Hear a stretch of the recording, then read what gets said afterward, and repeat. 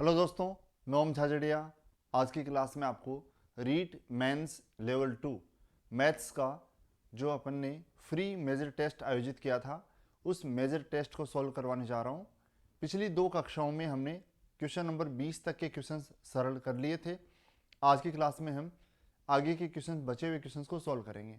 जैसा कि मैंने आपको बताया, अधीनस्थ सेवा चयन बोर्ड के लेवल के अकॉर्डिंग और उसी के पैटर्न के अकॉर्डिंग ये पेपर मैंने बनाया था।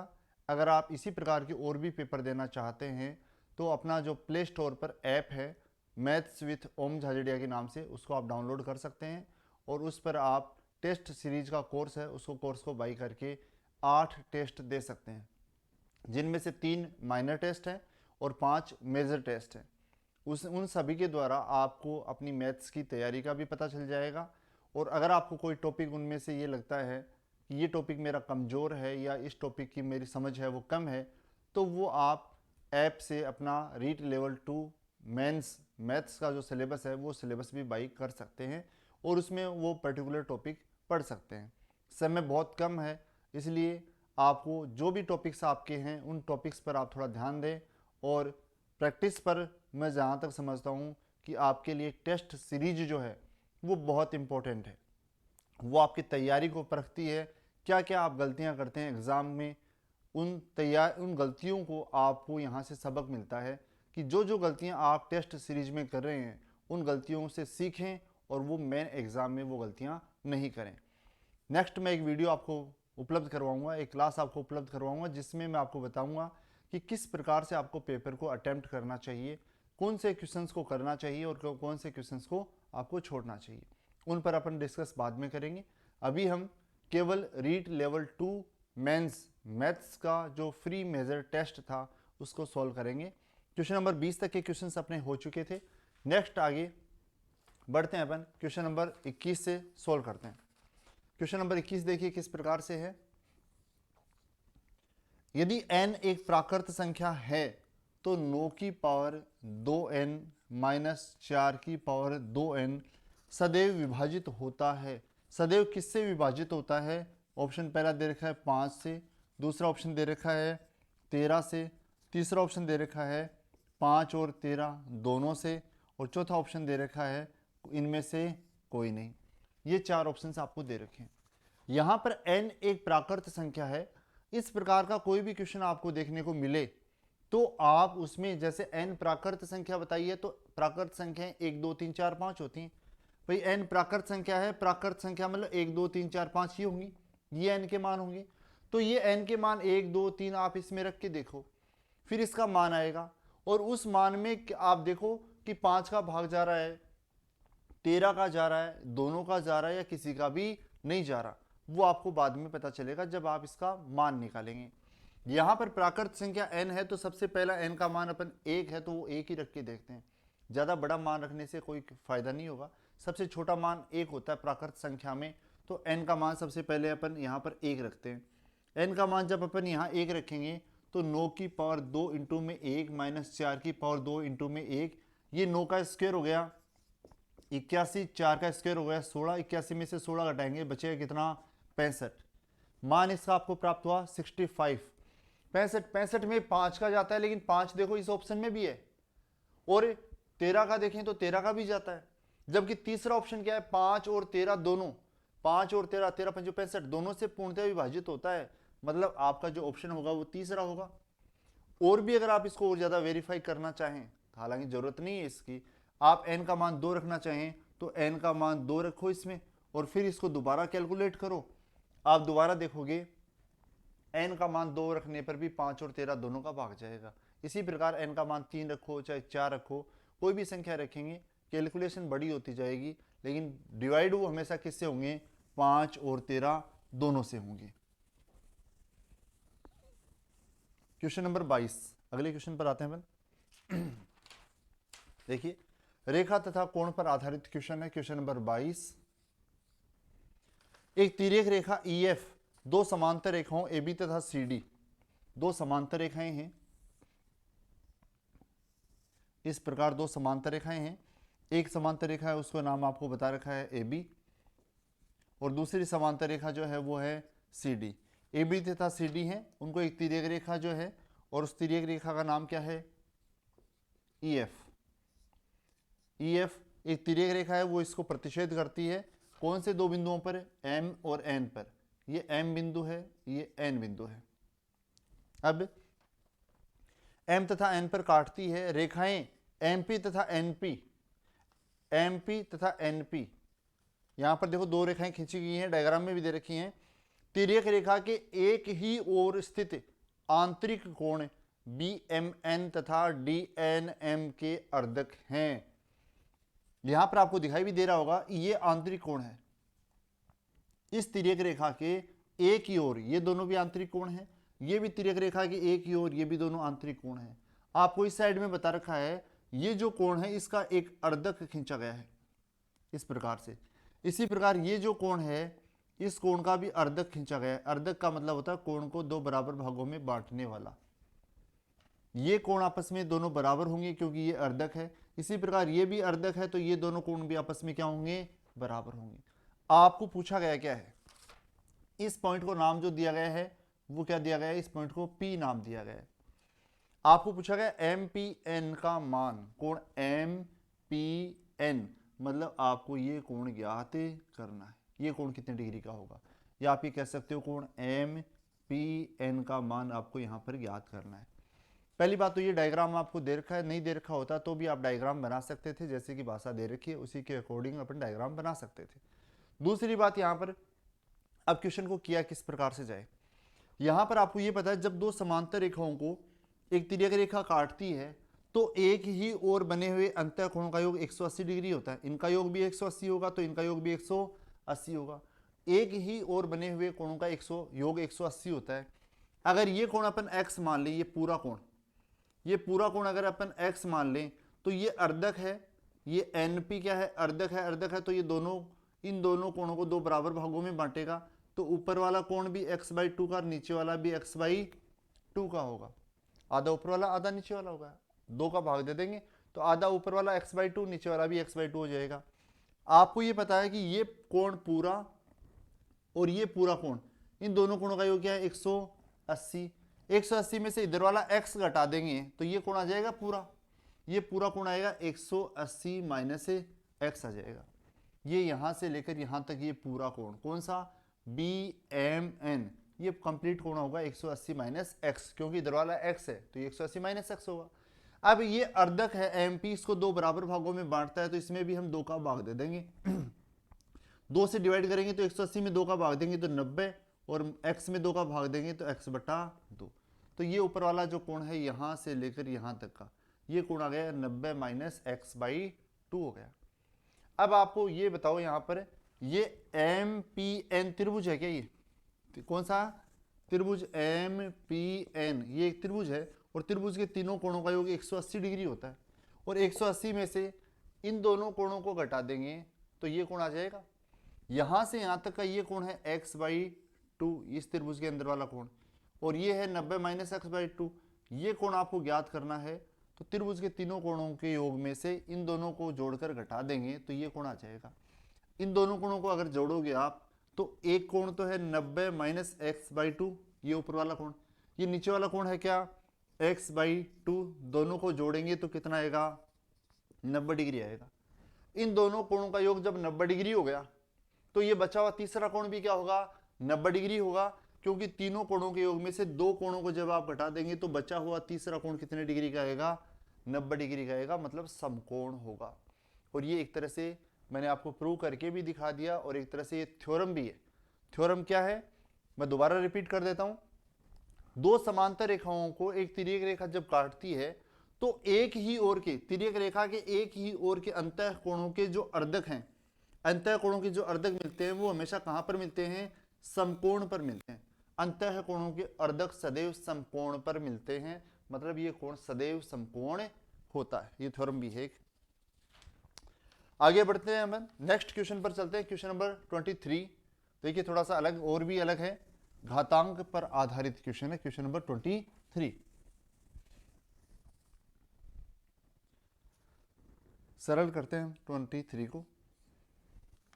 आपको दिया गया है 5 की पावर n प्लस 2 -6 में 5 की पावर n प्लस 1 बटे में आपको दे रखा है 13 में 5 की पावर n -2 में 5 की पावर n प्लस 1।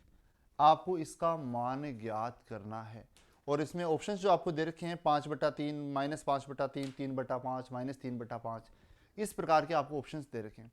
जो भी ऑप्शंस आपको दे रखे हैं उनमें से किसी भी ऑप्शन में n नहीं है, मतलब ये जो n है घात के रूप में, ये n किसी भी ऑप्शन में नहीं है, तो इस n को आपको हटाना पड़ेगा और n जैसे ही हटेगा तो आपका क्वेश्चन भी सॉल्व हो जाएगा और आपका आंसर मिल जाएगा। लेकिन n हटे कैसे? समान संख्या तो है नहीं कि जोड़ देंगे तो अपन n कट जाएगा या समान संख्या में समान संख्या कट जाएगी, ऐसा कुछ नहीं है।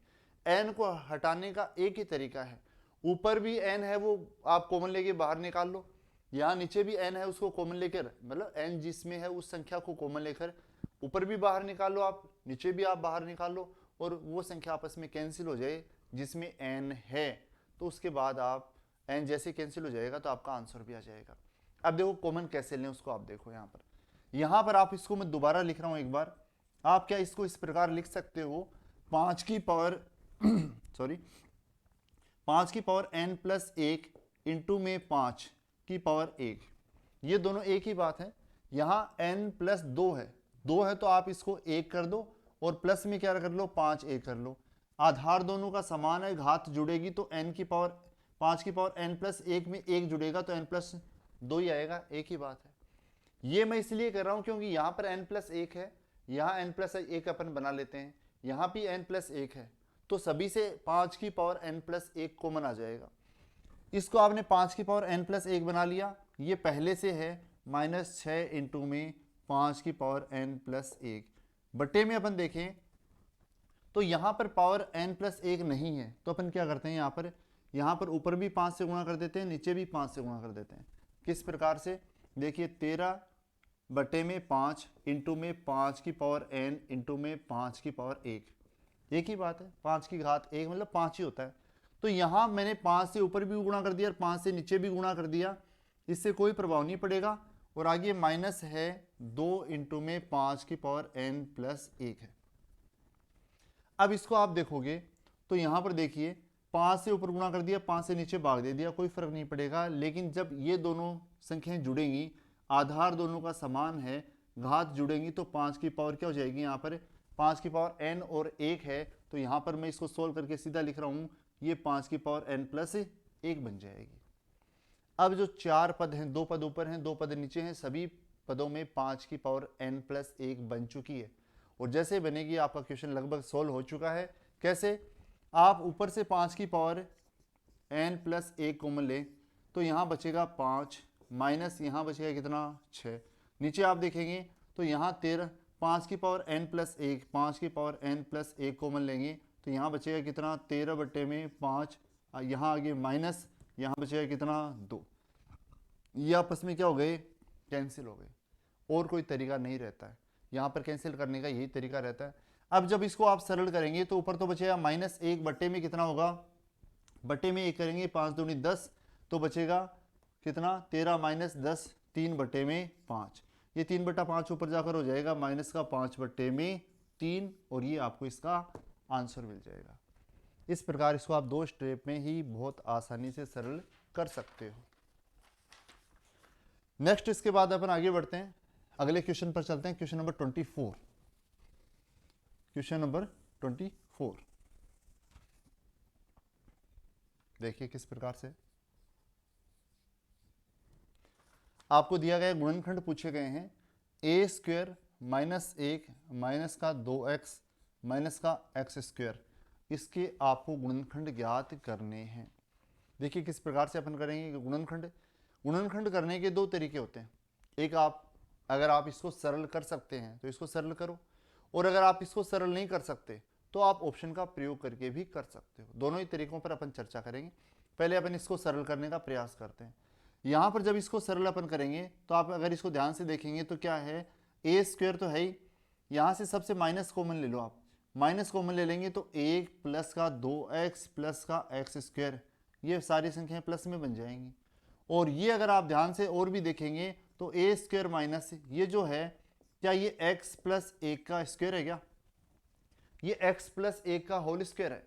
ए प्लस बी का होल स्क्वायर करेंगे तो A square plus B square plus 2ab, ये ए प्लस बी मतलब एक्स प्लस एक का होल स्क्वायर है। ये अब बन गया A square minus B square, A square minus B square मतलब A plus B A minus B.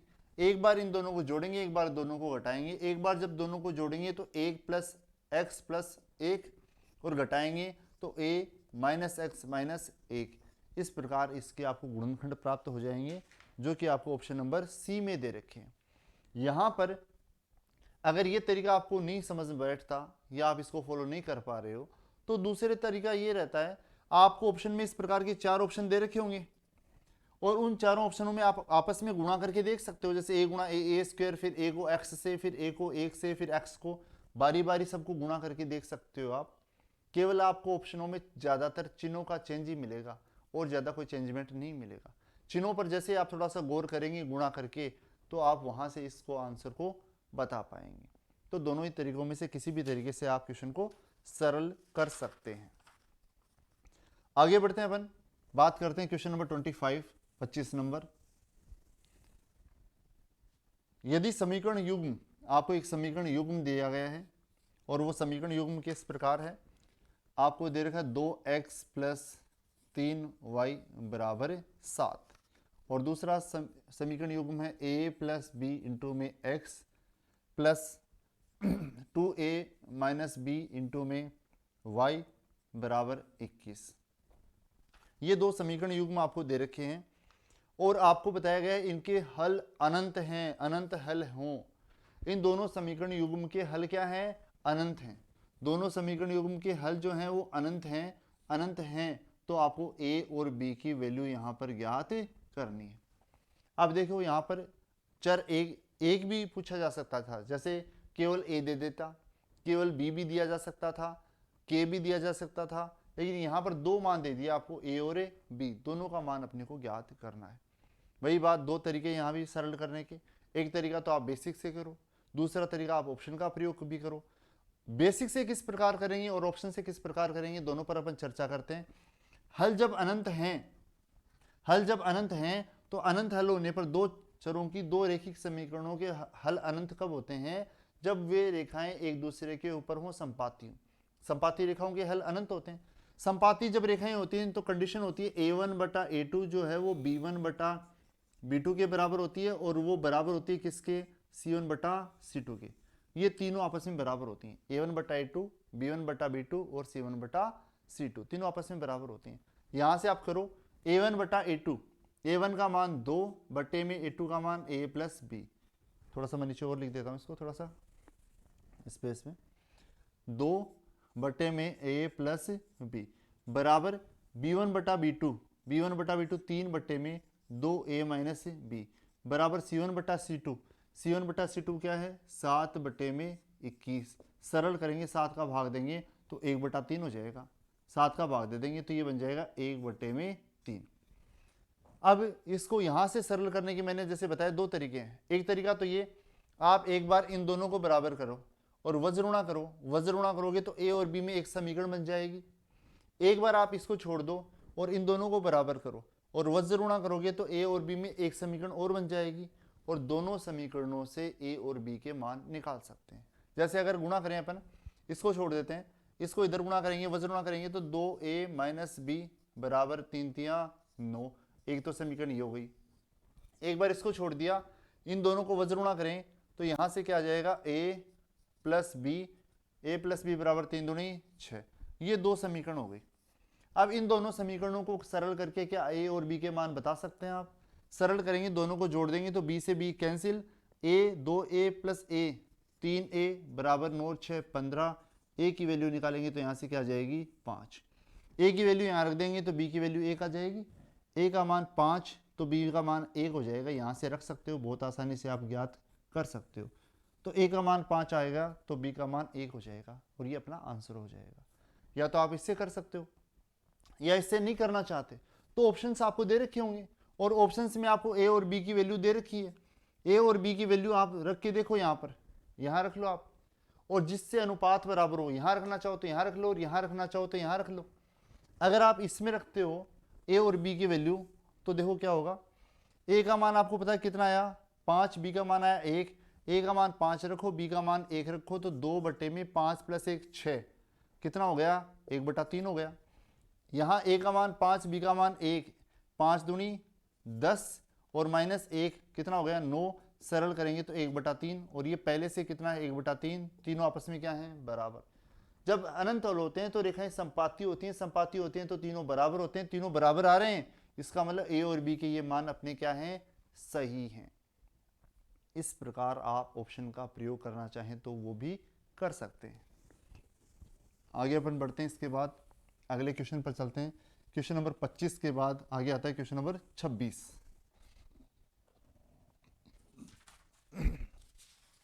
देखिए 26 नंबर क्या है, एक आयत है और उस आयत की भुजाएं आपको बता रखी हैं। आयत की जो भुजाएं हैं वो एक तो भुजा क्या है 8 सेंटीमीटर लंबी, दूसरी भुजा है वो 6 सेंटीमीटर लंबी है। एक आयत की आसन भुजाओं की लंबाई जो है, आसन भुजाएं जो पास पास की भुजाएं उनकी लंबाई 8 सेंटीमीटर और 6 सेंटीमीटर है। इस आयत की भुजाओं के मध्य बिंदुओं को मिलाने से बनी आकृति, इस आयत की मध्य भुजाओं के मध्य बिंदु, इस भुजा का चारों भुजाओं के मध्य बिंदु, इसका मध्य बिंदु ये होगा, इसी प्रकार इसका ये, यहाँ पर ये और यहाँ पर ये, चारों भुजाओं के जो मध्य बिंदु है उनको मिलाएं, मध्य बिंदु मिलाएंगे तो इस प्रकार आपको एक फिगर प्राप्त होगा। इस प्रकार एक आकृति आपको प्राप्त होगी चारों भुजाओं के मध्य बिंदुओं को मिलाने पर। अब ये आकृति पहली बात तो है क्या, वो अपने को देखना है। क्षेत्रफल की तो बात बाद की है, पहले ये आकृति है क्या, कि क्या ये आकृति आयत है नहीं है। क्यों नहीं है, क्योंकि प्रत्येक कोण जो है वो यहाँ समकोण नहीं है, तो ये आयत नहीं है, ये आकृति जो है वो आयत बिल्कुल नहीं है। और उसके अलावा अगर आप बात करोगे समचतुर वर्ग, तीसरे ऑप्शन में जैसे वर्ग दे रखा है तो वर्ग है क्या, ये वर्ग भी नहीं है, क्योंकि प्रत्येक कोण यहाँ समकोण नहीं है, तो ये वर्ग भी नहीं है। आप बात करो समलंब चतुर्भुज, समलंब चतुर्भुज दो भुजाएं समांतर होनी चाहिए और उनके बीच की दूरी बराबर होनी चाहिए, समलंब चतुर्भुज भी ये नहीं है। और क्षेत्रफल भी यहाँ समलंब चतुर्भुज अपन इसको मान लें, क्या ये दो भुजाएं समांतर हैं, ये दो भुजाएं भी क्या हैं समांतर हैं। तो यहाँ पर क्षेत्रफल की बात करेंगे तो क्षेत्रफल यहाँ अलग है, क्षेत्रफल 14 नहीं हो सकता। क्यों नहीं हो सकता, उसके पीछे क्या कारण है वो भी मैं आपको बताता हूँ। यहाँ पर आप सीधा इसको ये ध्यान रख सकते हैं, किसी भी आयत की चारों भुजाओं के मध्य बिंदुओं को मिलाने पर जो आकृति बनती है वो सदैव क्या बनती है, समचतुर्भुज बनती है, समचतुर्भुज बनती है।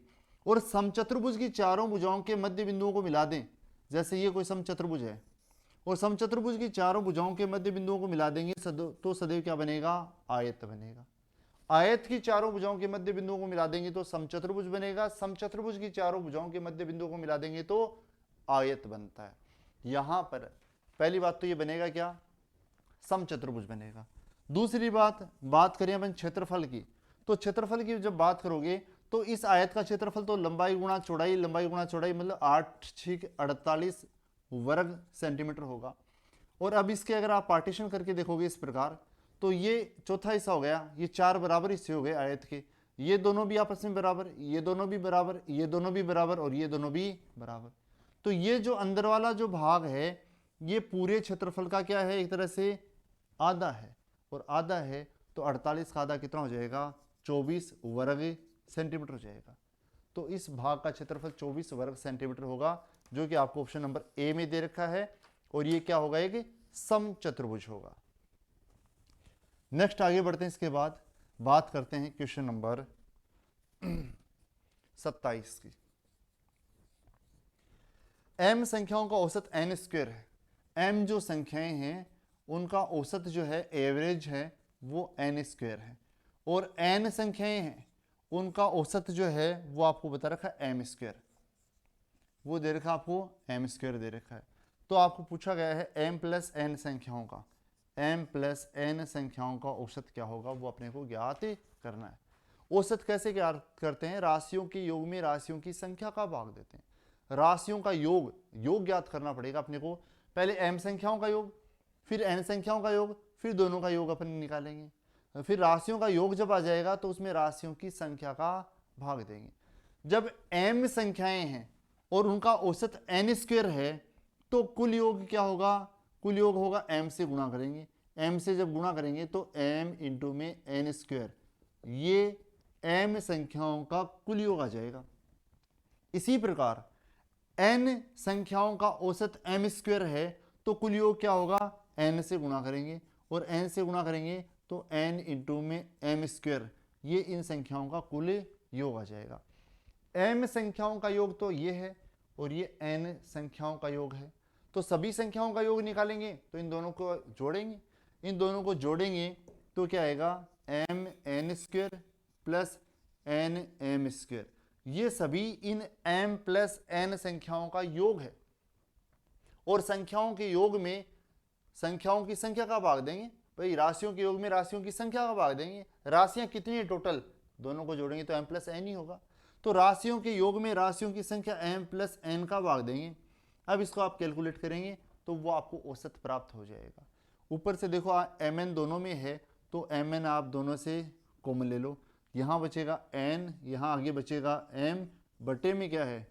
m प्लस n से m प्लस n कैंसिल हो जाएगा, तो औसत आपको क्या प्राप्त होगा? mn प्राप्त हो जाएगा। ये अपना आंसर हो जाएगा। नेक्स्ट आगे बढ़ते हैं। इसके बाद 2D का एक क्वेश्चन है, वर्थ पर आधारित है, क्वेश्चन नंबर 28। क्वेश्चन नंबर 28,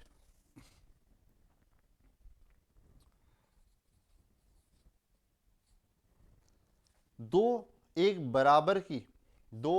बराबर की अधिकतम आकार की गोल प्लेटों को एक गोल कागज की शीट जिसकी परिधि 352 सेंटीमीटर है उसमें से काटा जाता है। देखो एक कागज की शीट है बड़ी, एक कागज की बड़ी शीट है, वर्ताकार शीट है, कागज की शीट है और वर्ताकार शीट है, और इस वर्ताकार शीट की जो परिधि है वो परिधि आपको बता रखी है कितनी? 352 सेंटीमीटर बता रखी है। इसमें से दो बराबर आकार की क्या गोल प्लेट काटी जाती हैं। इस कागज की शीट में से दो प्लेट आप जैसे इधर और इधर भी काट सकते हो, इधर और इधर भी काट सकते हो, जो मैक्सिमम किधर भी काटें आप किधर भी काट सकते हो। जैसे मैं इस प्रकार कहूँ आपको, ये इस प्रकार, ये जैसे छोटी आकृति थोड़ी सी बन गई और बड़ी बना रहा हूं मैं, इस प्रकार दो इस कागज की शीट में से दो आयताकार प्लेटें, गोल प्लेट हैं, इसमें से काटी गई। ठीक है, आपको पूछा गया है प्रत्येक गोल प्लेट की परिधि ज्ञात कीजिए। ये जो दो गोल प्लेट इस कागज की शीट में से काटी गई हैं, इन प्रत्येक गोल प्लेट की परिधि, ये लंबाई आपको ज्ञात करनी है, परिधि आपको ज्ञात करनी है। परिधि आप बाद में ज्ञात करेंगे, पहले अपन यहां पर क्या ज्ञात करते हैं? इस बड़े वाले परिधि तो तब पता होगी जब आपको इसकी क्या पता हो? त्रिज्या पता हो। त्रिज्या तब आएगी जब आप इसको, इस बड़े वाले वृत्त की त्रिज्या आपको पता हो, तभी छोटे वाले वृत्त की त्रिज्या आप निकाल सकते हो। मान लेते हैं अपन यहाँ ये सेंटर बीच में आएगा, बीचों बीच सेंटर आएगा इसका, क्योंकि दोनों प्लेटों की आकृति बराबर है, सेंटर बीचों बीच आएगा, तो ये जो लंबाई होगी ये बड़े वाले वृत्त, इस बड़े वाले वृत्त की त्रिज्या होगी। मान लेते हैं बड़े वृत्त की त्रिज्या कितनी है? r, तो परिधि 2πr होगी। परिधि आपको पहले से पता है तो ये त्रिज्या आ जाएगी। बड़े वाले वृत्त की तो ये त्रिज्या होगी, लेकिन छोटे वाला इस वृत्त का ये व्यास होगा, और इस व्यास का आधा कर देंगे तो छोटे वाले वृत्त की त्रिज्या आ जाएगी, और छोटे वाले वृत्त की त्रिज्या आ जाएगी तो उसकी परिधि भी बता सकते हैं। करते हैं अपन सरल। बड़े वृत्त की त्रिज्या जब r है तो बड़े वृत्त की परिधि होगी 2πr, पहले से पता है परिधि तो 352, तो यहाँ से r का मान आ जाएगा 352 बट्टे में 2 पाई का मान 22/7, 11 दूनी 22, 11 तीन 33, 11 दूनी 22, और 4 से काटेंगे 8 बार, तो त्रिज्या क्या है यहाँ से कितनी आई? 56 सेंटीमीटर आई। ये बड़े वाले वृत्त की तो त्रिज्या है, लेकिन छोटे वाले वृत्त का क्या है? व्यास है 56 सेंटीमीटर, और 56 का आधा करेंगे तो कितना होगा? 28 सेंटीमीटर। ये इस छोटे वाले वृत्त की त्रिज्या होगी, इसकी भी 28 होगी, तो त्रिज्या इसकी भी 28 होगी। जब छोटे वाले वृत्त की त्रिज्या आपको पता चल गई 28, तो उसकी परिधि भी बता सकते हो। आपसे परिधि पूछिए, क्षेत्रफल पूछे तो क्षेत्रफल भी बता सकते हो, और परिधि पूछे तो परिधि भी बताई जा सकती है। परिधि पूछिए तो परिधि होगी 2πr, पाई का मान 22/7, r का मान कितना? 28, 4 से काटेंगे तो 7 से काटेंगे 4 बार, और यहाँ से इसको सरल करेंगे तो 176 सेंटीमीटर आपको प्राप्त हो जाएगी। तो ये प्रत्येक गोलाकार प्लेट की परिधि होगी, इसकी भी 176 होगी और इसकी परिधि भी 176 होगी। ऑप्शन नंबर ए में आपको दिया गया है। नेक्स्ट क्वेश्चन है क्वेश्चन नंबर 29। ये क्वेश्चन, ये टेस्ट पेपर जिन्होंने भी नहीं दिया है वो गूगल प्ले स्टोर से अपना ऐप जो है, वो ऐप मैथ्स विद ओम झाझड़िया के नाम से ऐप है, उस ऐप को डाउनलोड करके उसमें रीट लेवल 2 का जो कोर्स है मेंस का, उसमें या टेस्ट सीरीज का जो आपका कोर्स है उसमें आप ये फ्री टेस्ट है ये दे सकते हैं। जिन्होंने भी नहीं दिया है वो इस फ्री टेस्ट को देना चाहें और अपनी तैयारी को परखना चाहें तो वो पहले फ्री टेस्ट दें और उसके बाद इसका सॉल्यूशन देखें। क्वेश्चन बात करते हैं अपन 29 की। यदि एक समबहुभुज में इसका आंतरिक कोण उसके बाह्य कोण से 132 डिग्री बड़ा हो। कोई समबहुभुज है, अब समबहुभुज है, अपने को उसमें भुजाओं की संख्या नहीं पता, भुजाओं की संख्या अपने को नहीं पता, लेकिन अपने को यह पता है कि उसका आंतरिक कोण और उसका बहिष्कोण, ये बहिष्कोण बाहर वाला और ये आंतरिक कोण अंदर वाला, इन दोनों का अंतर 132 डिग्री है। अंतर कैसे? आपको कहा गया आंतरिक कोण बाह्य कोण से 132 डिग्री बड़ा है, अंदर वाला कोण बाहर वाले कोण से 132 डिग्री बड़ा है, मतलब दोनों कोणों का अंतर 132 है। अंतर 132 है। मान लेते हैं अपन अंदर वाला कोण x है, दूसरा बाहर वाला कोण कितना है? y है। दोनों कोणों का अपन ने मान लिया, अंदर वाला x है, बाहर वाला y है। आप मुझे बताओ, ये एक सरल रेखा पर बने हुए कोण है दोनों, ये दोनों कोण एक सरल रेखा पर बने हुए कोण हैं, तो सरल रेखा पर बने हुए दोनों कोणों का जो योग है वो योग क्या होगा? 180। सरल रेखा पर बने हुए कोणों का योग 180 होता है। और इन दोनों का अंतर आपको पहले से बता रखा है, अंतर बता रखा है कितना? 132, वो अंतर 132 है। क्या आप इन दोनों को सरल करके x और y का मान निकाल सकते हैं? x का मतलब तो होगा आंतरिक कोण और y का मतलब होगा बहिष्कोण या बाह्य कोण हो जाएगा। y निकाल लेते हैं अपन, बाहर वाला निकाल लेते हैं, उससे अपने को देखो क्या फायदा रहेगा, देखते हैं अपन। घटा देते हैं अपन नीचे वाली को, minus plus minus, x cancel हो जाएगा, y प्लस वाई 2y और 132 घटाएंगे तो यहाँ पर कितना बचेगा? 48 बचेगा। y की वैल्यू निकालेंगे तो यहाँ से y की वैल्यू क्या आ जाएगी? 24 आ जाएगी। y की वैल्यू आ जाएगी यहाँ से 24। अब ये y की वैल्यू, ये y मतलब बहिष्कोण, बहिष्कोण आपको पता चल गया कितने डिग्री का है? 24 डिग्री का है। तो क्या आप भुजाओं की संख्या बता सकते हो? इसमें भुजाओं की संख्या पूछी आपसे, भुजाओं की संख्या बता सकते हो आप? भुजाओं की संख्या कैसे आएगी? बहिष्कोणों के योग में एक कोण का भाग दे दो आप। बहिष्कोणों का योग, बहिष्कोणों का योग, किसी भी बहुभुज के बहिष्कोणों का योग सदैव कितना होता है? 360 डिग्री। और बहिष्कोणों के योग में एक कोण का भाग देंगे, एक कोण कितना है? 24 डिग्री का भाग देंगे तो भुजाओं की संख्या पता चल जाएगी। 12 दूनी 24, 12 तीन 36 और 2 से काटेंगे तो 15 बार कैंसिल होगा। तो यहाँ पर भुजाओं की संख्या जो होगी वो कितनी होगी? 15 होगी, जो कि आपको ऑप्शन नंबर सी में दे रखी है। नेक्स्ट आगे बढ़ते हैं। इसके बाद अगला और लास्ट क्वेश्चन जो अपना है वो लंबवर्तीय बेलनों पर आधारित है, अनुपात पर आधारित है। अनुपात पर आधारित क्वेश्चन से आपसे एग्जाम में काफी पूछे जाते हैं। जो मेंसुरेशन है 2D और 3D, उनमें प्रतिशत पर आधारित, अनुपात पर आधारित क्वेश्चंस एग्जाम में, और एक आकृति को पिघलाकर दूसरी आकृति जब बनाई जाती है, इन 3 पर आधारित क्वेश्चंस है वो काफी एग्जाम में पूछे जाते हैं। बढ़ते हैं अपन आगे। Question number 30।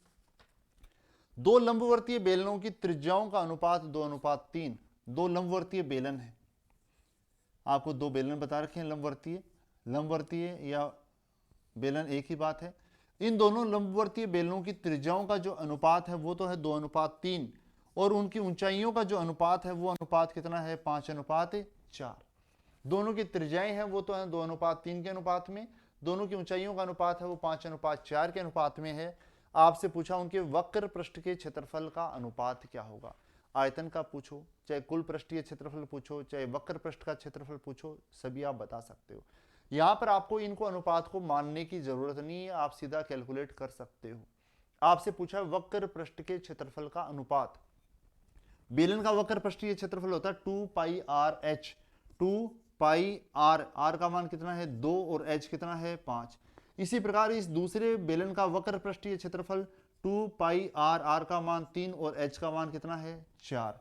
ये दोनों के वक्र पृष्ठ का क्षेत्रफल है, ये वक्र पृष्ठ के क्षेत्रफल का अनुपात है। सरल करेंगे 2π से 2π कैंसिल हो जाएगा और 2 से 2 बार कैंसिल हो जाएगा, तो बचा कितना 5:6।